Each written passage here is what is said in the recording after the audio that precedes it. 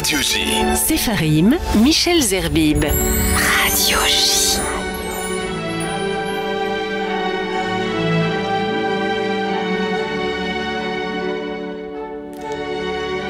Sepharim sur Radio J, bien sûr, c'est votre émission de conversation avec des auteurs, des écrivains, des artistes, comme on dit sur notre antenne, engagés, forcément engagés. Et l'on parle des livres et parfois du livre. Et bien, avec notre invité aujourd'hui, on va parler des deux. On va parler des livres qu'il aime, les livres qu'il lit, les livres qu'il écrit, et en même temps, le livre qu'il étudie depuis de nombreuses années.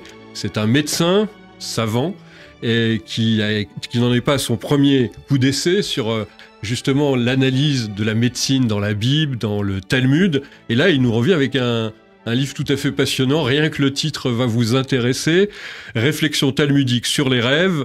Ariel Toledano, bonjour. Bonjour Michel. Merci d'être là. Ça nous fait grand plaisir de vous recevoir dans le cadre de cette émission. Ça fait de nombreuses années maintenant que vous réalisez ce qu'on appelle une œuvre. Alors vous écrivez, parce que vous êtes médecin vasculaire, phlébologue on dit. C'est ça, ouais. Et donc vous écrivez déjà des ouvrages de médecine directement sur votre discipline, qui est aujourd'hui très importante, mais vous écrivez depuis maintenant, on va dire, une quinzaine d'années, beaucoup sur la tradition juive et la médecine. Ouais, en fait, c'est des livres. Au départ, c'était des livres d'histoire de la médecine. Voilà, on peut dire que vous êtes historien de la médecine. Je suis historien de la médecine, puisque j'enseigne d'ailleurs l'histoire de la médecine à l'université Paris-Cité, à la faculté de médecine de l'université Paris-Cité. Et donc, du coup, au départ, mon objectif était avant tout un objectif d'historien, c'est-à-dire de raconter comment on soignait à l'époque du Talmud. Car je lisais à l'époque dans les livres d'histoire de la médecine classique qu'il n'y avait pas de médecine à l'époque du Talmud, que le Talmud ne constitue pas une œuvre médicale. Et ce n'était pas vrai. Voilà, et ce n'était pas vrai. Donc du coup, je me suis mis à travailler. J'ai donc compulsé pendant de nombreuses années. Ça m'a pris environ 7 ans, voire plus. Chaque traité du Talmud, les 60 traités. Et j'ai récolté petit à petit les informations médicales qui me paraissaient importantes, que j'ai classées par spécialité. Et j'ai écrit un livre qui est sorti en 2014, qui s'appelait donc La médecine du Talmud, avec le sous-titre « Au commencement des sciences modernes », parce que non seulement j'expliquais qu'il y avait beaucoup de médecine dans les textes du Talmud, mais qu'au contraire de ce qu'on pouvait penser, il y a une véritable innovation des rabbins du Talmud, dans une approche qui est totalement différente des civilisations environnantes. Et ça m'a beaucoup surpris et je les ai présentés comme, pour moi, des précurseurs de la médecine et des sciences modernes. Et voilà, j'ai eu l'occasion de donner beaucoup de conférences.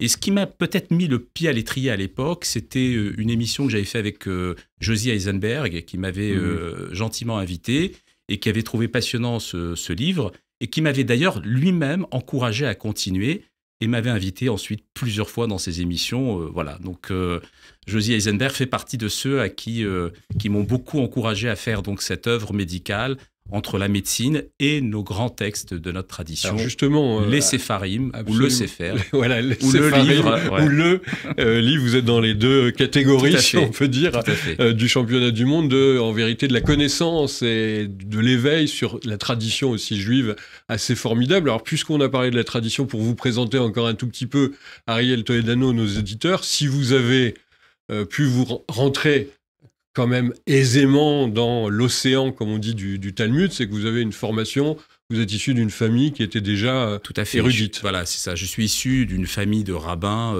vraiment de père en fils. Je suis peut-être juste le petit rejeton qui n'a pas choisi la tradition rabbinique, mais on est vraiment rabbin de père en fils. Je crois que ça remonte quasiment à Tolède, c'est-à-dire rabbin Joseph Toledano qui a quitté... en fait, son père, Daniel Toledano, qui a quitté la ville de Tolède et qui s'est retrouvé ensuite au Maroc. Donc une famille de rabbins et de lettrés depuis de très nombreux siècles. Et voilà, vous poursuivez tradition. On essaye gentiment. Et ça, c'est important. Vous trouvez le temps pour aussi mener cette carrière-là dans l'étude et justement la tradition juive. Alors, j'ai cité votre livre tout à l'heure, on va en parler, Réflexion talmudique sur les rêves.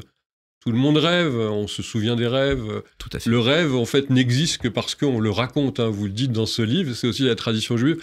le rêve n'existe par la bouche, c'est ça? C'est ça. En fait, pourquoi je me suis intéressé au rêve, c'est que quand j'ai fait, comme je vous l'ai expliqué, toute cette classification de la médecine dans le Talmud, il y avait tellement de choses sur les rêves que je me suis dit ça serait dommage de faire qu'un chapitre sur les rêves dans la médecine du Talmud, mais il fallait y consacrer carrément tout un traité. Et donc, vous avez raison, le rêve dans la tradition talmudique, en fait, en lisant ce que racontaient les rabbins du Talmud sur les rêves, je me suis dit je ne suis pas surpris que ça soit plusieurs siècles plus tard, que ça soit un homme issu de cette tradition, Freud, pour ne pas le citer, qui a pu donner, lui, sa propre interprétation des rêves, qui a écrit son livre, qui a été un livre phare dans la connaissance des rêves à la fin du 19e siècle, début 20e siècle. Et donc, du coup, nos rabbins, quand je lisais certaines, et d'ailleurs j'ai traduit pas mal de passages, qui pour moi correspondent à vraiment des séances de psychanalyse quasiment... On a l'impression qu'ils sont d'aujourd'hui, ces séances de psychanalyse. On en lira tout à l'heure. 18 siècles avant l'heure, c'est assez incroyable. C'est vrai que c'est étonnant. Donc vous citez Freud, sans doute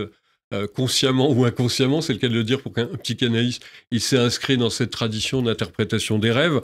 Alors vous avez d'ailleurs dans le premier chapitre, vous citez le Talmud Berachot, le rabbi Yonah qui dit « Quiconque reste 7 jours sans rêver est dit malheureux ». Alors ça, c'est une question purement plus médicale, neurologique. Est-ce qu'il est possible qu'on ne rêve pas pendant 7 jours ? Alors, d'après la plupart des grandes études, souvent, le fait de ne pas rêver... Alors, les gens me disent « Moi, je ne rêve pas ». Il y a certaines personnes qui disent « Moi, je ne rêve pas ». C'est pas vrai. En fait, ils rêvent, mais ils s'en souviennent pas. Exactement. Et en fait, aujourd'hui, on comprend mieux un peu quelles sont les fonctions des rêves. Et on comprend que quelqu'un qui ne se souvient pas de son rêve, c'est que le rêve a bien fonctionné. C'est-à-dire qu'il a fait ce qu'il devait faire. C'est-à-dire, alors par exemple, par rapport aux fonctions, le rêve nous aide à réguler nos émotions.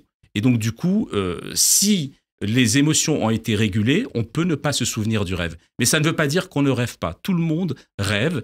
Et donc du coup, quand on ne rêve pas pendant 7 jours, les rabbins du Talmud ont voulu dire que c'est quelqu'un qui donne l'impression de ne pas être en bonne santé, parce que rêver, c'est être en bonne santé. Et j'insiste, avec tout ce que nous avons traversé ces derniers temps, avec les événements, les tragédies du Covid, la tragédie des guerres ou des guerres successives, rêver, c'est vraiment quelque chose qui va nous aider à nous en sortir.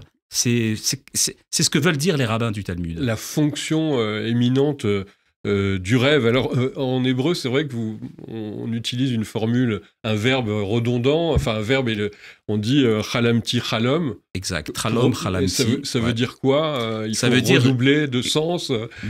C'est intéressant, c'est-à-dire qu'en fait, on est obligé de dire « j'ai rêvé un rêve », comme si le fait de rêver n'était pas suffisant et qu'il y avait cette fonction de raconter le rêve. Vous savez que je raconte justement dans le livre qu'il y a 3 phases dans un rêve. Il y a la phase du rêve, il y a la phase où il va falloir verbaliser le rêve, et il y a la phase de l'interprétation du rêve.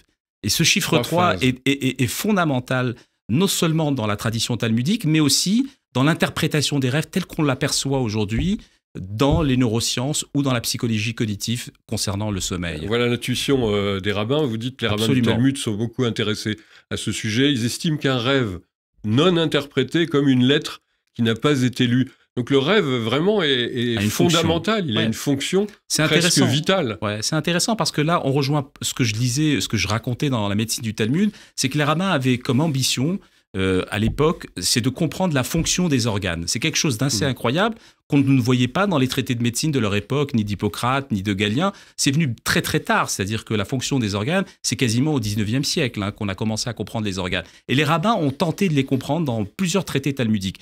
Et pour les rêves, on s'aperçoit qu'ils essayaient de comprendre quelles étaient la fonction des rêves. Et je raconte une anecdote savoureuse, c'est-à-dire que par exemple, on a compris que les rêves étaient quelque chose qui induisait notre créativité. Plus on rêvait, plus on était créatif. D'ailleurs, des grands artistes sont globalement, ou des réalisateurs, sont tous des grands rêveurs. Et donc, du coup... Vous citez Fellini, par exemple. Absolument, qui raconte, lui, alors lui, il a écrit énormément de livres sur ses rêves, et notamment un grand livre sur les rêves, et il raconte qu'il a imaginé tous ses rêves, dans ses rêves, tous ses films. Donc, c'est... les décors, les scénarios, c'est quand même génial de penser cela. Et vous avez justement beaucoup d'artistes qui font des micro-siestes, justement pour espérer rêver. Donc, une des fonctions du rêve, c'est d'accentuer notre créativité. Donc il faut encourager les gens à dormir pour pouvoir rêver. Alors c'est bien, vous me dites de rêver, tout le monde rêve. Tout à fait. Pas tout le monde se souvient de ses rêves, mais il y a aussi cette question, troisièmement, d'interpréter ses rêves et de dire à quoi ils vont servir.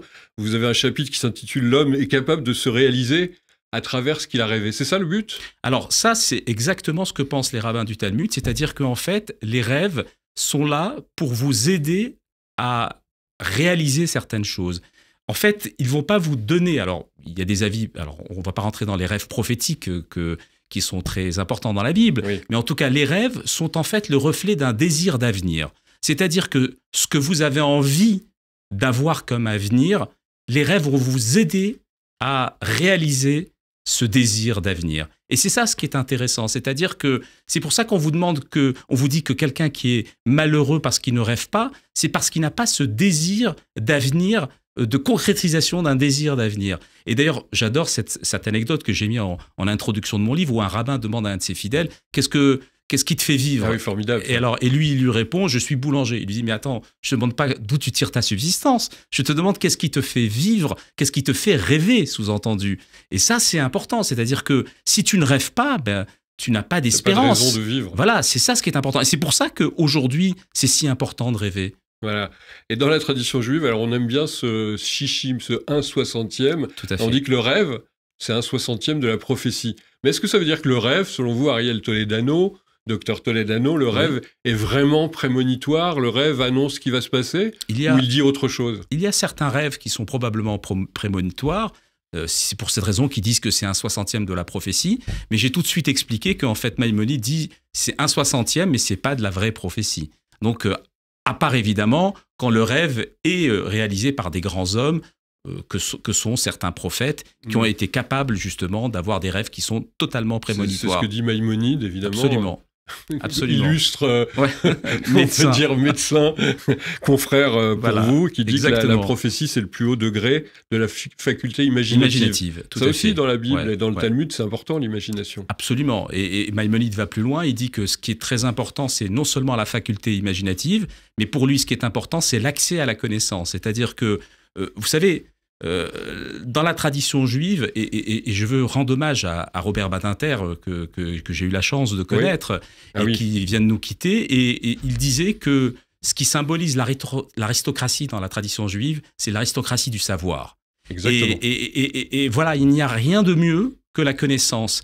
Et cette ambition que j'ai à travers tous les livres que j'ai écrits, notamment sur le Talmud, sur la Kabbale, c'est juste une envie d'apprendre, une envie de comprendre, une envie de transmettre cette connaissance, cette belle tradition que nous avons et tout ce qu'on a pu apporter. D'ailleurs, aujourd'hui, on s'interroge beaucoup sur ce peuple, ce petit peuple, mais quand on se pose la question de ce qu'il a pu apporter à l'humanité, on devrait dire, mais quelle grâce, vous voyez. Le grand petit peuple, comme j'ai coutume de l'intituler, grand petit peuple qui apporte beaucoup. Alors, vous avez dit en introduction, dans mes premières questions, qu'en fait, on peut imaginer que parfois, ça peut paraître stupéfiant de voir que 18 siècles avant Sigmund Freud, on peut assister à des dialogues qui sont comme une cure psychanalytique. Je vais en lire un, et vous avez donné l'interprétation, si vous vous souvenez. Ouais, bien sûr. Alors, une personne demande à Rabbi Ishmael d'interpréter son rêve. Il dit « J'ai rêvé que je versais de l'huile sur des olives », lui dit l'homme. Et là, Rabbi Ishmael répond... Alors, Rabbi Ishmael, il répond, bon, on rentre dans vraiment des réflexions psychanalytiques, c'est-à-dire que... C'est ça qui est étonnant. Voilà, il aurait eu des relations sexuelles avec sa mère. Avec sa mère. Donc, j'ai rêvé que j'arrachais une étoile du ciel. Et la réponse, c'est « Tu as enlevé un juif », répond Rabbi Ishmael. J'ai rêvé que j'avais avalé l'étoile, ça indique que tu as vendu le juif, que tu as enlevé, tu as dépensé l'argent reçu. J'ai rêvé que mes yeux s'embrassaient, je donne des exemples, vous le citez dans le livre. Tout à fait, Il y a eu des rapports intimes avec sa sœur. Enfin, c'est assez extraordinaire, c'est vraiment une interprétation freudienne. Et vous avez remarqué avec la subtilité avec laquelle le rabbin répond, parce que quand il répond quelque chose qui est lié à des relations qui sont incestueuses ou des relations sexuelles totalement transgressives, il parle à la troisième personne. Il parle à la troisième personne, vous voyez, comme s'il ne s'adressait pas, ouais, exactement. Il a eu des rapports intimes. Voilà, exactement. Mais c'est un passage savoureux, ça, du Talmud, qui raconte, qui voit avec quelle perspicacité ce rabbin a compris l'analyse et l'interprétation des rêves. J'insiste sur un point parce que là, vous avez sur ces différents passages vraiment les analogies qu'il y a entre l'interprétation des rêves du Talmud et l'interprétation telle qu'elle est vue par les psychanalytiques. Et pour moi, il y a beaucoup d'analogies, mais il y a une grande différence. Et la grande différence, c'est que dans le Talmud, ce qui est important, c'est que le rêve est interprété par autrui. Tandis que chez les psychanalystes, le rêve est interprété par le rêveur. C'est-à-dire que au cours d'une conversation avec son thérapeute, le rêveur va donner des informations, le thérapeute va l'aider à comprendre ce qu'on appelle les signes associatifs qu'il y a dans son rêve, mais c'est au rêveur à formuler son interprétation. Et chez les rabbins du Talmud, pas du tout. Ce sont des interprètes. C'est-à-dire que c'est quelqu'un d'autre qui va venir interpréter son rêve. Donc du coup, vous voyez, il y a une petite différence entre les deux. Vous voyez Rabbi Ishmael qui là donne une interprétation, mais ne laisse pas son rêveur, qui est venu lui exprimer la nature de son rêve, donner son interprétation. Donc il y a une petite différence, et une grosse différence aussi entre les talmudistes et les psychanalystes, c'est sur la nature du signifiant du rêve. Chez les rabbins du Talmud, il y a des choses qui n'ont pas de sens dans les rêves, il y a des informations qui peuvent ne pas avoir de sens, tandis que chez les psychanalystes, tout a un sens. Mais le point commun, c'est quand même beaucoup, ça parle de sexe, de sexualité. On aussi a vu bien avec chez ces exemples-là, bien sûr, sexualité déviante ou pas. Bien sûr. Alors après, on peut rentrer dans des interprétations un peu plus profondes. J'en ai donné quelques-unes à propos de la Kabbale, parce que ça révèle certaines informations. Vous savez que dans la tradition juive, la connaissance, c'est aussi la connaissance à travers la connaissance sexuelle. Vous voyez ? Donc du coup, il y a ces analogies. Mais on rentre dans la traduction de la Bible, il a connu sa femme. Absolument. Donc du coup, il y a ces analogies nous amènent à parler évidemment de sexualité. De toute façon, il n'y a pas de tabou dans la tradition juive. On peut parler de tout. Et d'ailleurs, les rabbins du Talmud sont, pour moi, cet exemple né. Ils parlent de tout et sans tabou. Et même d'ailleurs, des supputations totalement isolées sont parfaitement mises en avant et rapportées. Vous écoutez Sepharim, vous entendez la voix de notre invité, le docteur Ariel Toledano. Son livre passionnant s'appelle « Réflexion talmudique sur les rêves ». Et comme on le veut dans cette tradition de l'émission Sepharim, vous avez choisi un intermède musical. On va l'écouter, après vous nous direz pourquoi ce choix.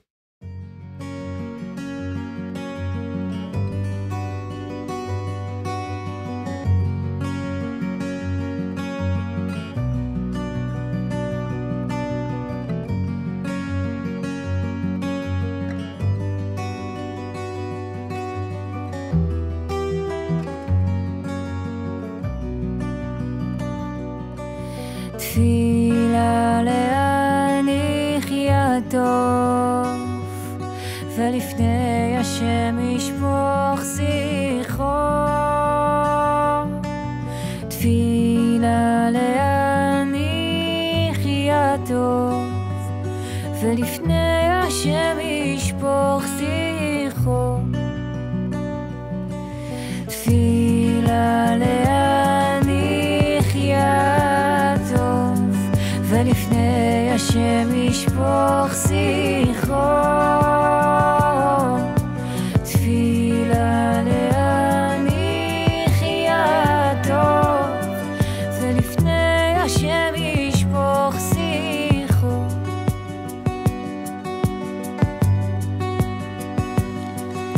השם שמע תפילתי ושבתי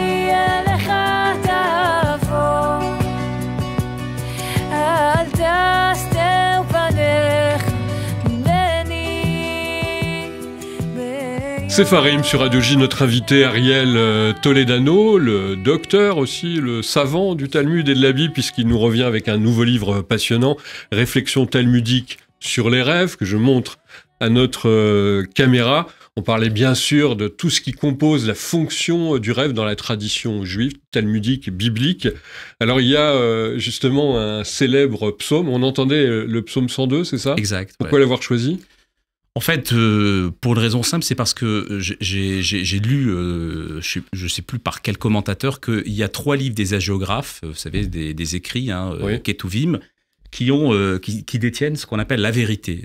Hormis évidemment le texte de la Torah, puisqu'on est dans Sepharim, qui détient la vérité. Il y a 3 livres particuliers qui détiennent la vérité et qu'il va falloir apprendre. Il y a le premier livre qui est Iov, c'est-à-dire le livre de Job, c'est Aleph. Le deuxième livre, c'est Michelet, c'est les proverbes. Même, ça fait la deuxième lettre. Et le troisième livre, c'est Tehillim, c'est les psaumes. Et donc, vous voyez que les trois lettres, qui sont les trois premières lettres de ces livres, forment le mot Emet, qui veut dire vérité. Et alors, bon, on va pas rentrer dans le détail, mais ce qui est intéressant, c'est de voir que ces trois livres ont une fonction particulière d'apporter beaucoup de connaissances et peut-être une certaine vérité. Voilà, je dis quand même le titre, ça vient du disque Nigunim de Yuval Dayan. Yuval Dayan, qu'on vient d'entendre. Qui est une jeune chanteuse israélienne qui est vraiment incroyable. Et ce titre Nigunim, ça me plaît parce qu'en fait, ça évoque quelque chose des mélodies qui interpellent l'âme, qui interpellent l'esprit. Et donc, je trouve ça génial de pouvoir être sensibilisé à ce genre de chansons qui nous touchent particulièrement dans la tradition juive. Très très beau. Alors il y a ce fameux psaume aussi, on dira le début, Shira Ma'alot Beshuv Adoshem, Et Shivat Sion, Haïnu Kecholmim. Nous étions comme des rêveurs. Et c'est important. Nous étions comme des rêveurs. Comment on interprète ça dans... Alors ça, vous savez, c'est le psaume, c'est un des psaumes incroyables qui raconte en fait le retour des Juifs après l'exil, le premier exil, et le retour grâce à Cyrus qui a autorisé le retour des Juifs en terre d'Israël. Et ce psaume est passionnant parce qu'en fait, il exprime cette idée, et on en parlait au tout début, c'est-à-dire que il y a trois temps dans le psaume. Il y a le présent, il y a le passé. Ça, c'est d'ailleurs assez étonnant quand on analyse la phrase de ce texte que vous venez de lire. Eh ben, on s'aperçoit qu'il y a trois temps. Et ces trois temps rappellent les trois temps du rêve. C'est-à-dire qu'un rêve n'est jamais exprimé au présent, puisqu'à chaque fois, on l'évoque comme quelque chose qui s'est déjà produit. Et le temps futur, c'est l'interprétation. C'est-à-dire, c'est le temps qui va nous permettre d'avoir une interprétation et ce qui va nous projeter dans un avenir. Et cet avenir, en l'occurrence, dans ce psaume célèbre, c'était la concrétisation du retour dans la terre. Voilà, exactement. C'est après cet exil qui a duré 70 ans, c'est le retour vers la terre d'Israël. C'est intéressant parce que, vous voyez, on a parlé du chiffre 3, on peut parler aussi dans ce psaume du chiffre 70, qui est intéressant parce que il y a 70 ans d'attente avant de retourner en terre d'Israël. Et 70 dans la tradition de la Kabbale, c'est le sod. Le sod, ça veut dire le sens secret, le sens caché. Et rien n'est plus intéressant dans les rêves que de rechercher le sens caché des rêves. Et on est dans une émission qui s'appelle Sepharim. Et la passion de la tradition juive, c'est de rechercher ce qui est caché dans les livres et par analogie, ce qui est caché dans les rêves. Et vous avez un rabbin qui raconte qu'il a été voir dans la ville de Jérusalem, il y avait 24 interprètes de rêves. Et vous voyez, c'est assez étonnant. Il dit qu'il y avait 24 interprètes de rêves. Et il a été les voir chacun, ces 24 interprètes. Alors, le chiffre 24, pourquoi ? Parce que c'est les 24 livres de la Bible. C'est étonnant. Donc, encore, analogie entre le livre et les rêves. Et chaque interprète de rêve lui a donné une interprétation du rêve. Et chaque interprétation s'est réalisée. Donc, vous voyez, c'est assez intéressant de voir que c'est la bouche de l'interprète qui crée un désir. Sinon, le rêve n'existe pas s'il n'y a pas la bouche. Donc, voilà, ce que vous dites plusieurs fois dans le livre. Exactement. Ariel Toledano, il est bon d'écrire son rêve quand on a fait un rêve, de le coucher sur papier. Il est bon parce que ça vous permet de vous en rappeler. Et après, surtout, il faut le confier à quelqu'un qui vous apprécie, qui vous aime bien, qui n'est pas dénué de pulsions négatives à votre égard et qui va toujours l'interpréter, et qui va l'interpréter de manière positive. Alors les rêves, bien sûr, nos auditeurs savent, lecteurs du Chumash, du Pentateuque, notamment du livre de Bereshit, il y a le rêve de Jacob. Jacob est un grand rêveur et permet d'interpréter beaucoup. Il y a bien sûr les rêves alors le maître des rêves. Ça, c'est Joseph. Est-ce que c'est vrai d'ailleurs que finalement, il y a beaucoup de rêves très importants dans le récit biblique de la Genèse, mais qu'après on rêve moins, on donne moins c'est vrai. de récits de rêves dans le reste de la Bible. Comment ça peut s'expliquer, Dr Toledano ? On peut dire que les rêves sont très importants dans le livre de la Genèse, et après ça sera plus tard dans le livre de Daniel, où il y a vraiment beaucoup de rêves. Alors comment ça peut s'expliquer ? Peut-être qu'à ce moment-là, la prophétie s'exprimait surtout par le rêve, à cette époque-là. Après, on peut aussi parler des civilisations antiques qui avaient une forme d'interprétation des rêves. Ça, c'est important de rappeler. C'est-à-dire qu'en fait, dans la civilisation égyptienne, vous parlez de Jacob, vous parlez de Joseph, ce sont des gens qui étaient proche de la civilisation égyptienne, et les rêves étaient perçus comme un art divinatoire à cette époque-là, dans ces civilisations. C'est un peu comme ce qui se passe dans ces récits bibliques, hein, de Bereshit, de la Genèse. Voilà, c'est un petit Ils peu, disent ce qui va se passer, en tout cas. C'est un petit peu différent, parce qu'en fait, l'art divinatoire, c'est vraiment, vous avez raison, c'est de projeter la réalité sur un avenir qui va se concrétiser. Mais c'est quelque chose qui est interdit dans notre tradition, c'est-à-dire qu'on n'a pas le droit, il y a un interdit dans le Lévitique qui nous interdit de faire toute forme de divination, c'est-à-dire l'astrologie. C'est important. Voilà, donc du coup, c'est d'ailleurs ce qui a mené les rabbins du Talmud à développer non pas un art divinatoire à travers les rêves, mais de développer quelque chose qui les a menés très longtemps avant Freud vers une analyse de la psyché. Et c'est intéressant de voir qu'un rabbin du Talmud va dire « les rêves ne sont que le reflet de votre psyché ». Alors pas de votre inconscient à l'époque, mais de votre psyché. Et donc c'est quand même incroyable que 18 siècles avant Freud, vous avez un rabbin qui dit ça. Et alors à ce moment-là, il y a un autre qui vient et qui le contredit, qui lui dit « oui, tu as raison, c'est le reflet de la psyché, de nos rêves, mais par contre, quand on jeûne, on peut faire des mauvais rêves ». Donc, du coup, alors on n'a pas parlé des mauvais rêves. Ben voilà, mais non, mais c'est intéressant de voir que vous avez un rabbin qui contredit et qui lui dit « attends, mais il y a aussi certains problèmes organiques qui peuvent générer certains mauvais rêves, et donc du coup, tu n'as pas à les prendre en considération. » Ça veut dire qu'ils avaient compris, et ça, c'est quelque chose de très important dans la tradition juive et talmudique, qu'il y a un lien majeur entre le corps et l'esprit. Et donc, on le retrouve dans de nombreux écrits talmudiques, et notamment dans leur perception des rêves. C'est-à-dire qu'on ne peut pas faire de beaux rêves si le corps est souffrant. Donc voilà, donc du coup, grande intrication entre le corps et l'esprit. Vous êtes en train de nous dire, comme ça depuis tout à l'heure, finalement, docteur Toledano, que dans l'océan du Talmud, on trouve de tout. Et finalement, on peut interpréter tout à l'aune de cette recherche sur le Talmud, puisqu'on voit tout d'un coup ce lien qui existe entre la psychanalyse contemporaine. Bref, pour vous, c'est le Talmud, tout y est. Oui, beaucoup. Et d'ailleurs, Maïmonide, c'est ce qu'il a fait dans ses traités de médecine. Il s'est beaucoup inspiré des écrits du Talmud, évidemment, et de plusieurs textes liés à la tradition juive. Après, évidemment, nous sommes une tradition qui nous intéressons à nos livres, mais on y projette beaucoup de choses. Mais évidemment, on ne se dissocie pas de tout ce que font comme recherche nos contemporains. On parle des livres, pour finir cette émission, les livres que vous avez aimés, le livre dont vous aviez envie de parler, un extrait, je vous ai demandé quelques lignes, je ne sais pas si vous voulez que je le lise, vous le lisez. Non, vous pouvez le lire, alors, au contraire. Voilà. Nous reconnaissons la valeur des objets qui se présentent à nous dans le royaume de l'espace, mais c'est dans le domaine du temps, et non celui de l'espace, que nous pouvons trouver ce qui est authentiquement précieux. Les monuments de bronze ne vivent que grâce à la mémoire de ceux qui contemplent leur forme, alors que les instants de l'âme durent encore après avoir été relégués à l'arrière-plan de l'esprit. Nos sentiments, nos pensées sont notre bien propre. Les objets que nous possédons sont étrangers, souvent même trompeurs. Être est plus essentiel qu'avoir. Ben, ça me touche énormément. Alors, je ne sais pas si on doit dire de qui c'est. On laisse les auditeurs réfléchir quelques instants. Bon, en tout cas, c'est pour moi essentiel dans la vie de dire que être est plus essentiel qu'avoir, parce que nous sommes dans une génération où ce qui est important, c'est ce qu'on a, ce qu'on possède, alors que ce qui est le plus essentiel dans la vie, c'est de ressentir son être et justement d'être à la hauteur de cet être que nous avons été, qu'on nous a donné. Et j'aime bien cette idée de Léon Ashkenazi, du rabbin de Manitou, qui dit que nous sommes des êtres en devenir. Et nous devons être dans ce processus-là.